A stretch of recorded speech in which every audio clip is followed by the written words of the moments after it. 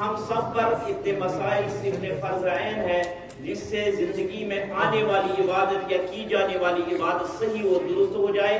اس کے لیے جو ضروری مسائل ہیں وہ سیکھنے ہم میں سے ہر ایک فرد اور ہر ایک مستورات پر لازم اور ضروری. جب ہم عقائد کی طرف بھی دیکھیں، عبادات کی طرف بھی دیکھیں، دونوں چیزوں کی فکر کریں، اس کے بعد ہم عبادات پر کھڑے ہو جائیں گے. کھڑے ہونے کے بعد اب ہم سب کو یہ مل کر فکر کرنی ہے کہ ہماری کی ہوئی عبادت اللہ کے یہاں قبول بھی ہو جائے. ہم سب کی ہوئی عبادت اللہ کے یہاں اس پر قبولیت کی مہر لگ جائے. اس کے لیے مجھے کیا کرنا ہے؟ اس کے لیے اہم کام ہے کہ ہم سب یہ دیکھیں کہ میں کیا کھا رہا ہوں، میں کیا پی رہا ہوں اور میں کیا پہن رہا ہوں. مصیبت کبھی خوشی، کبھی غم، کبھی مصیبت، کبھی آرام. یہ دنیا مرکب ہے دونوں چیزوں سے، یہ دونوں چیزیں آتے رہتی ہیں. ایک مرتبہ ابو بکر صدیق رضی اللہ تعالیٰ عنہ کے پاس ان کا خادم کچھ کھانے کے لیے پیش کر رہا ہے. 3 دن سے ابو بکر صدیق رضی اللہ تعالیٰ عنہ بھوکے. اب جب جس بھوکے کے سامنے کچھ لایا جائے اس کا کیا حال ہوگا، وہ وہی انسان سمجھ سکتا ہے جس نے کبھی بھوک برداشت کی، ہو. جس سے بھوک کا احساس نہیں، وہ کیا سمجھے گا بھوک کیا ہوتی ہے. اب 3 دن کا آپ اندازہ لگائیں. خادم پکا کر سامنے پیش کر رہا ہے. ایک لقمہ یا ایک چمچ کھانے کے بعد خادم ہی پوچھتا ہے، آج آپ نے یہ نہیں پوچھا یہ کھانا کہاں سے آیا؟ تو ابو بکر صدیق رضی اللہ تعالیٰ نے پوچھا کہاں سے آیا؟ کہا میں زمانہ جاہلیت میں، یعنی جب میں مسلمان نہیں تھا ان دنوں میں تعویذ اور دم کا کام کرتا تھا. جب میں مسلمان نہیں تھا ان دنوں میں دم اور تعویذ کا کام کرتا تھا. اچھا، تو ان دنوں میں نے کسی کو تعویذ دی ہے یا کسی کو دم کیا ہے، اس کو کچھ سہولت اور آرام پہنچا ہے. اس آرام کی وجہ سے اس نے کل میری خدمت میں کچھ ہدیہ پیش کیا. اسی ہدیے کو میں نے تیار کر کے آپ کی خدمت میں پیش کیا. ابو بکر صدیق رضی اللہ تعالیٰ نے فرمایا پہلے کیوں نہیں بتایا؟ اب ابو بکر صدیق رضی اللہ تعالیٰ اپنے منہ میں انگلیاں ڈال کر قی کرنا چاہتے تھے، اس کو باہر نکالنا چاہتے تھے، لیکن پیٹ خالی تھا. آپ پانی کا ایک گھونٹ پی کر اس کو باہر نکالنے کی کوشش کرتے رہے. صحابہ نے پوچھا اتنی تکلیف اٹھانے کی کیا ضرورت ہے؟ یہ تو چلا گیا ایک لقمہ. تو آپ نے فرمایا میں نے جناب رسول اکرم صلی اللہ علیہ وسلم سے سنا ہے، آپ فرما رہے تھے جس بدن کی پرورش حرام غذا سے کی جائے وہ جنت کا مستحق نہیں ہے. جس بدن کی پرورش حرام غذا سے کی جائے وہ جنت کا مستحق نہیں. اچھا، اب جو دم پر اور تعویذ پر اس نے لایا تھا اس کے لیے مسئلہ یاد ہے.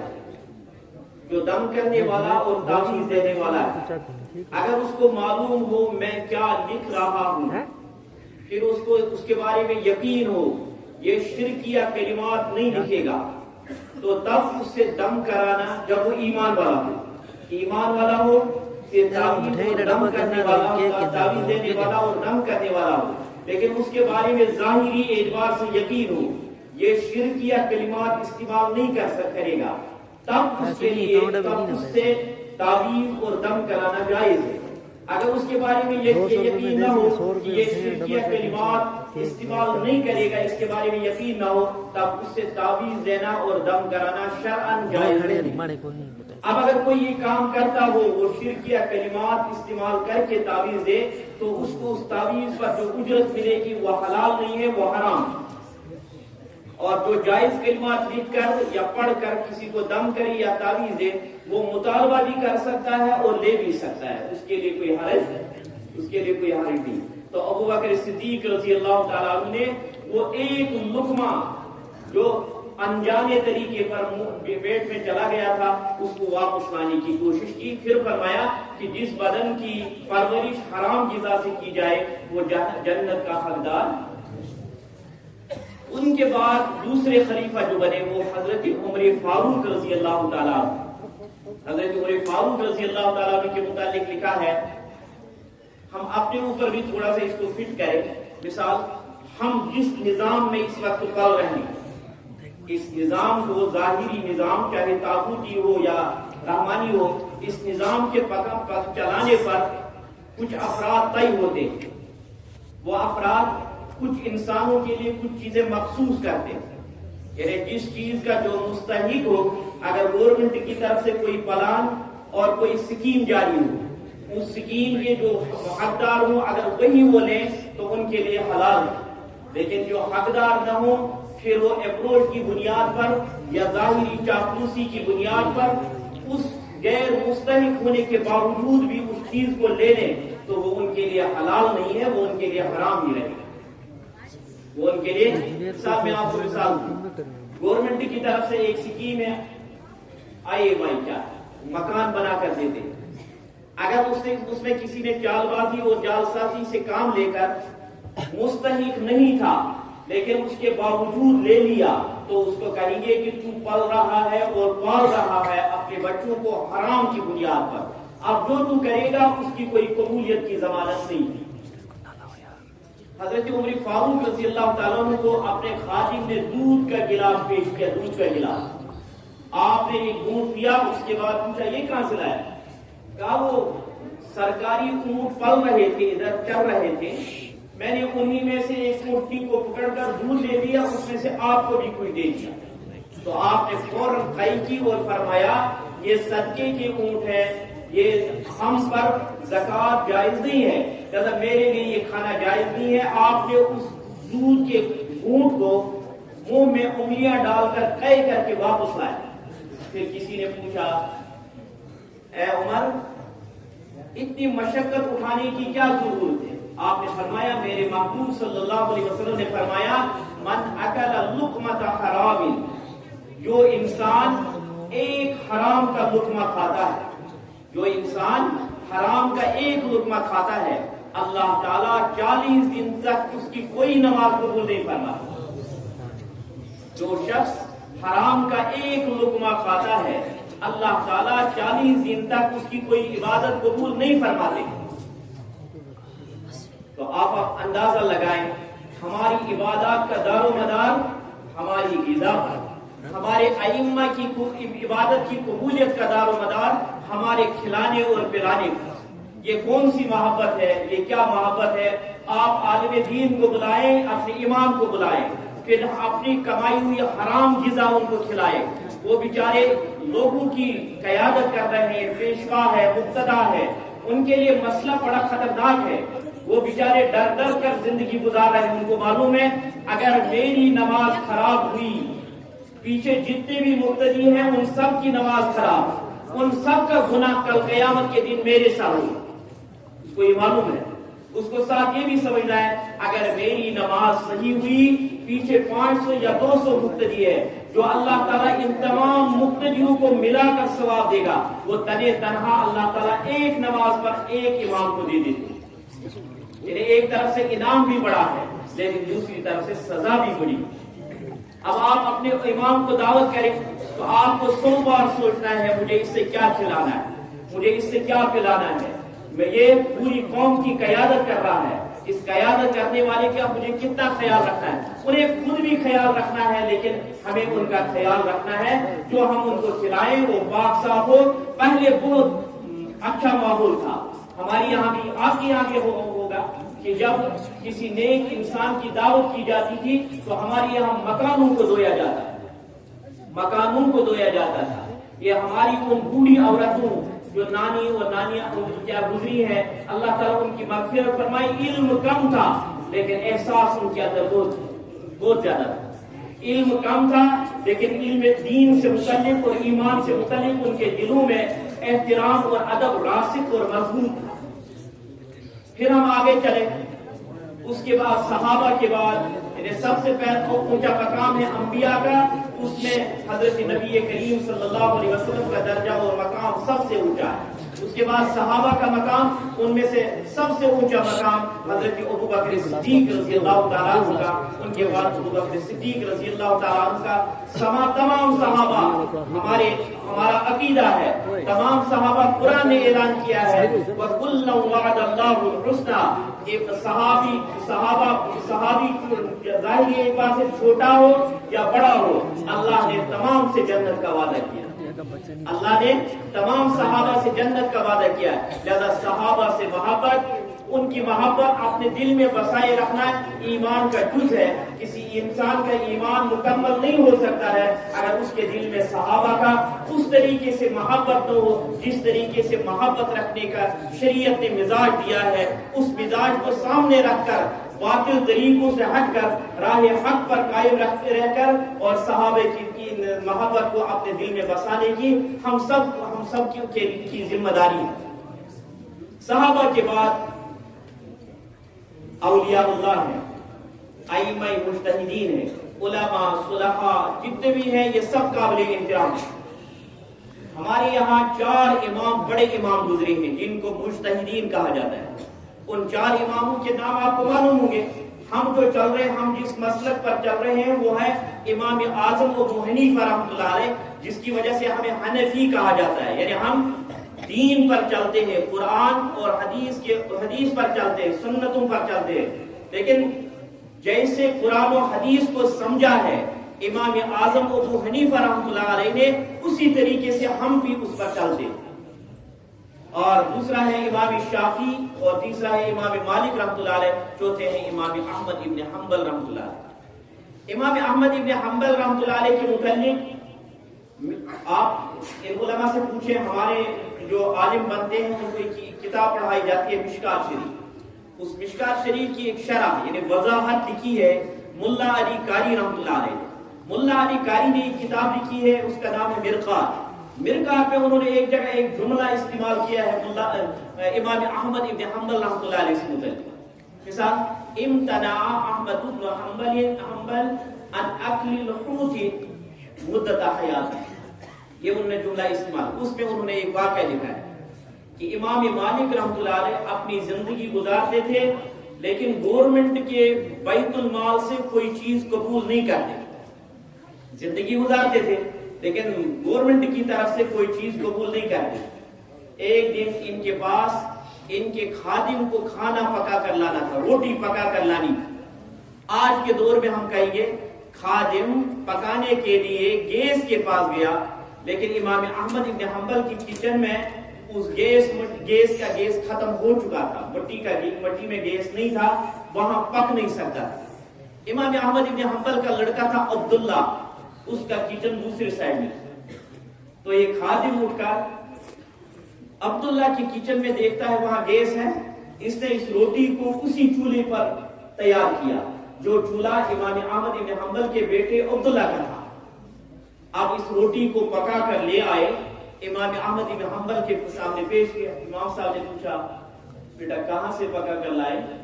حضرت آپ کے چولہے اس میں گیس نہیں تھا تو میں آپ کے بیٹے عبداللہ کے چولہے سے روٹی پکا کر لایا۔ کہا میں اس کو نہیں کھاتا، میں نہیں کھا سکتا۔ کیوں؟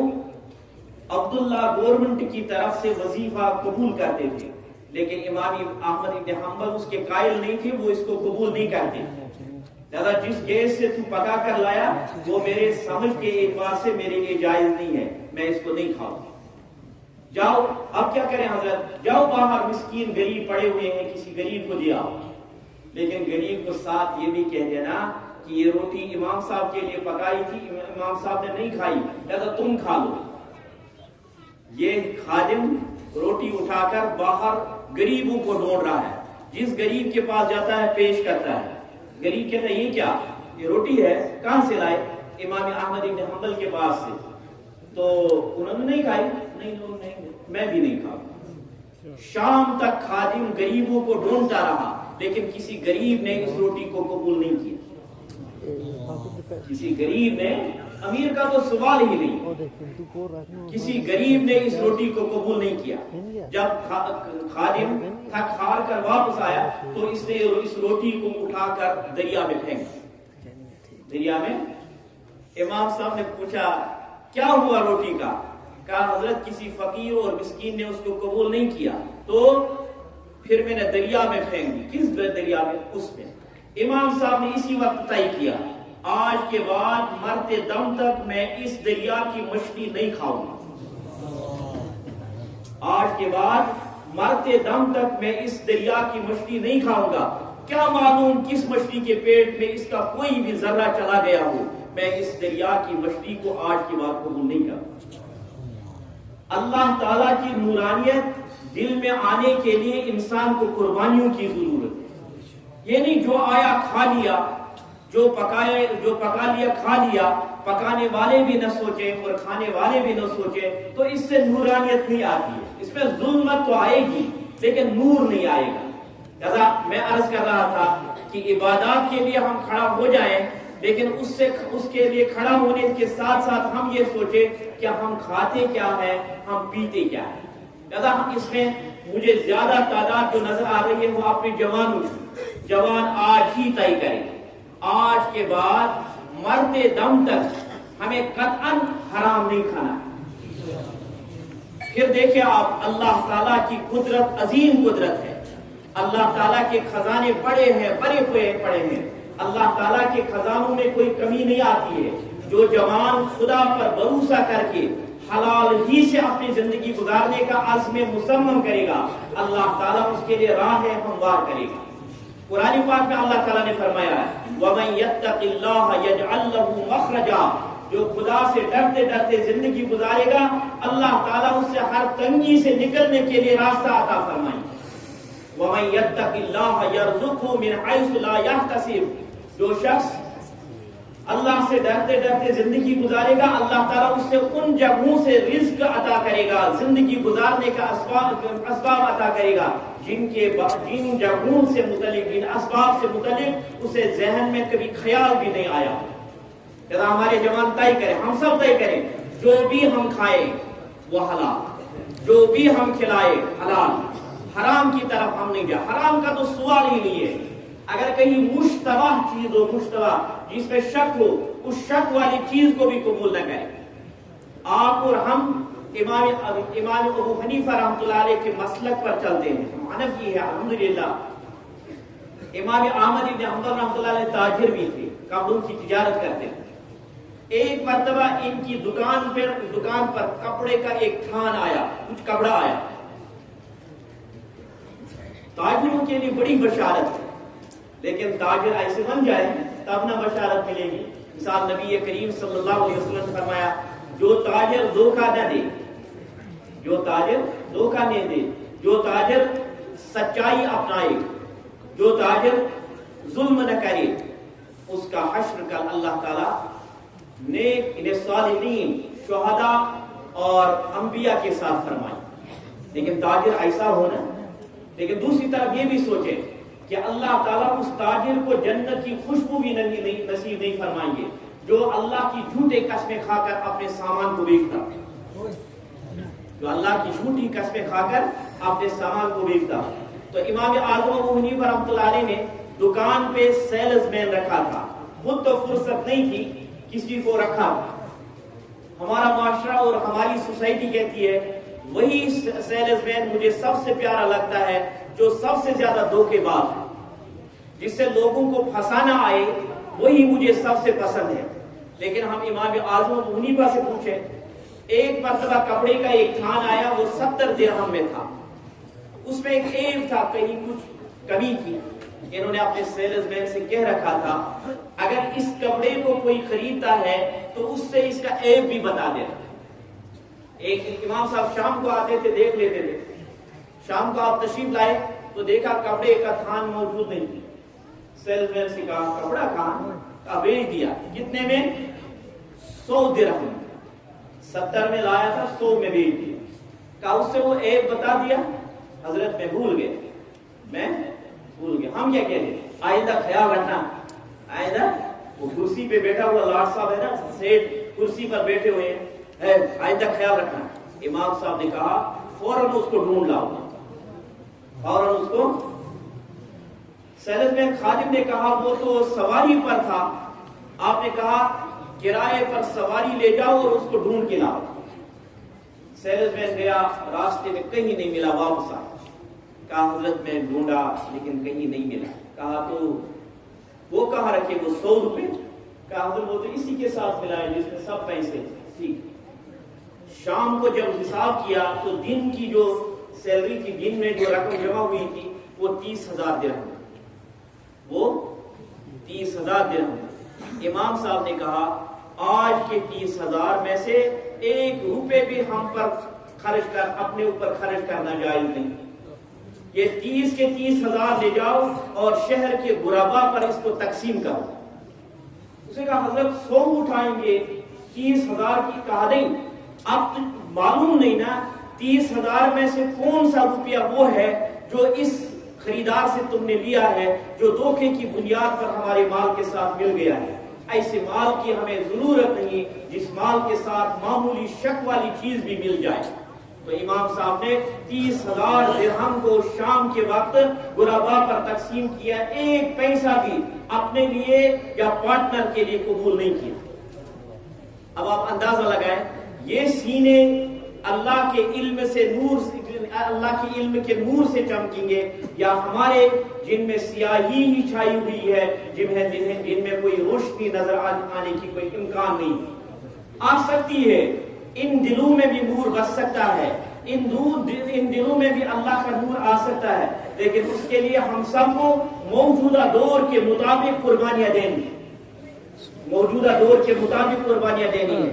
مجھے دیکھنا ہے، میں بینک میں اکاؤنٹ کھول رکھا ہے، لیکن مجھے 2 مہینے 3 مہینے بعد بینک والوں سے سٹیٹمنٹ لے کر اس کا اندازہ لگانا ہے ان میرے پیسوں پر کتنا سود آیا ہے۔ یہ سود اٹھا کر میں کسی غریب کو دوں، ثواب کی نیت سے نہیں، ان کی مدد ہو جائے گی، کسی غریب کو دوں تاکہ میرے پیسوں کے ساتھ اس پیسے کی ملاوٹ نہ ہو جائے جس پیسے کے کھانے کی کم سے کم گنا 36 مرتبہ اپنی ماں کے ساتھ بدکاری کے برابر ہے، ان پیسوں میں سے کوئی پیسہ میرے پیسے کے ساتھ نہ مل جائے۔ آج بھی یہ احتیاط الحمدللہ بہت سارے کر رہے ہیں، لیکن ہم سب آج ارادہ کریں، اچھا اب بتاؤ اگر میرا بچہ نافرمان نکلا تو نافرمانی کے اسباب اور سبب مجھے تلاش کرنے ہیں، کیونکہ قرآن پاک نے کہا نا یا ایھا الذین آمنوا انما اموالکم و اولادکم فتنہ، تمہیں جو مال دیا گیا ہے، تمہیں جو اولاد عطا کی گئی ہے، یہ تمہارے لیے آزمائش اور فتنے کے ذریعہ بن سکتے ہیں، اس کے لیے مجھے دیکھنا کہیں ایسا نہ ہو کہ میں نے ان بچوں کی شروع سے لے کر آج تک جو تربیت کی ہے وہ حرام مال سے کی ہے۔ اگر حرام مال سے کی ہے، حرام مال سے ان کو پالا ہے، تو حرام اثرات کا انتظار کیجیے، حلال اثرات کی انتظار مت کیجیے۔ اگر میں نے اپنی بیوی کے لیے کپڑے حلال کمائی سے لائے ہیں، اگر میں نے اپنی بیوی کے لیے حلال کھانا تیار کرنے کے لیے سامان دیا ہے، اگر میں نے سب کچھ حلال دیا ہے، تب اپنی بیوی سے وفاداری کی امید رکھے، وہ امانت پہ خیانت نہیں کرے گی۔ لیکن اگر صبح و شام اس کے کھانے میں بھی حرام، اس کے پہننے بھی حرام، اس کے پینے میں بھی حرام، تب خیانت کا بھی یقین رکھے اور نافرمانی کا بھی اور نافرمان ہونے کا بھی یقین کیے۔ تو اس کا مطلب ہے کہ عبادات پر کھڑا ہونے کے ساتھ ساتھ ہم سب کی ذمہ داری ہے ہم اپنی کمائی کی طرف دیکھیں۔ ہماری کمائی کیا ہے؟ میں جو بیچ رہا ہوں یہ حلال بیچ رہا ہوں یا حرام؟ اگر حرام بیچ رہا ہوں تو حرام ہی کمائی ہے، اس حرام کمائی کے ذریعے سے اللہ تعالیٰ بچائے۔ اگر میں نے دکانیں بنائی، مکانات بنائے، کل تو جانا ہے، موت کے سامنے کوئی رشوت چلنے والی نہیں ہے، موت کو ٹالنے کی کوئی سبب ہے ہی نہیں۔ اذا جاء اجلهم لا يستأخرون ساعة ولا يستقدمون، مجھے تو مقرر وقت پہ دنیا سے جانا ہے، یہ تو طے ہے، اس میں کوئی چون و چرا کیلو کال کی کوئی گنجائش نہیں، مجھے تو جانا ہے۔ میں نے یہ پراپرٹی بنا کر رکھی، دکانیں، مکانات، سب کچھ تعمیرات، لیکن مجھے یہ اندازہ لگانا ہے یہ جو میں نے بنایا ہے حلال سے بنایا ہے یا حرام سے۔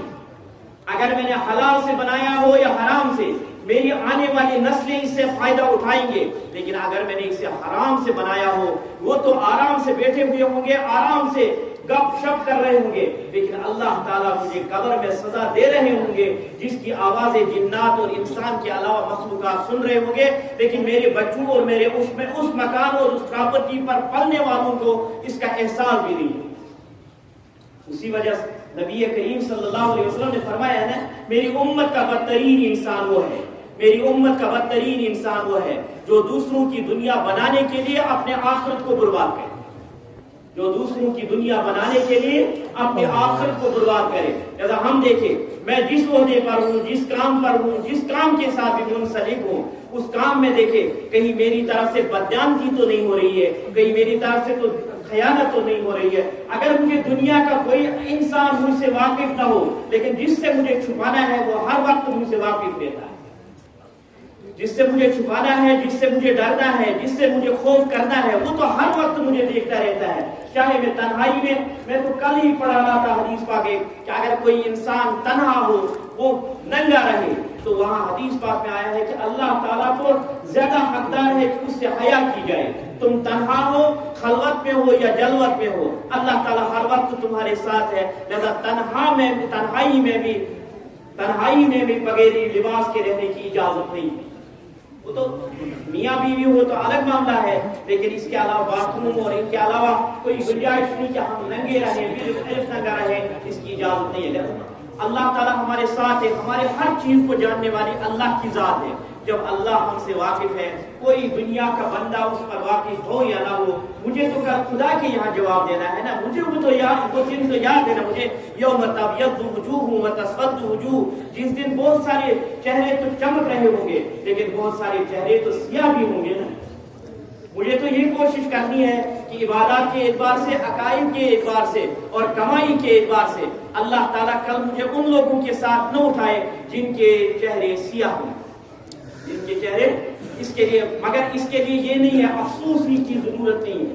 ہماری ایک عادت ہے، جب ہماری کسی غلطی کی نشانی ہوتی ہے ہم افسوس کرتے ہیں اور آپس میں چمی گوئیاں کرتے ہیں، باتیں کرنے سے، کمزور ارادہ کرنے سے یا بس افسوس کرنے سے کوئی کام وجود میں نہیں آتا ہے۔ ہر کام کے وجود میں آنے کے لیے عزم مصمم، ارادے جن کے پختے ہوں، نظر جن کی خدا پر ہو، تلاطم خیز موجود سے وہ گھبرایا نہیں کرتے۔ اگر ہماری ارادے پختے ہوں اللہ تعالیٰ ہمارے لیے حلال کے راستے کھول دیں گے، لیکن اگر ہم نے حرام اور حلال میں تمیز نہیں کی تو ہم حرام کے حوالے ہو جائیں گے۔ ہم دشمنوں کے لیے، اسلام مٹانے والوں کے لیے بددعائیں کرتے رہیں گے، لیکن ہمارے دعاؤں کی کوئی قبولیت نہیں ہوگی۔ آپ نے پڑھا ہوگا نبی پاک صلی اللہ علیہ وسلم نے فرمایا ایک وقت آئے گا مسلمان دعا کرتے ہوں گے لیکن ان کی دعائیں قبول نہیں ہوں گی۔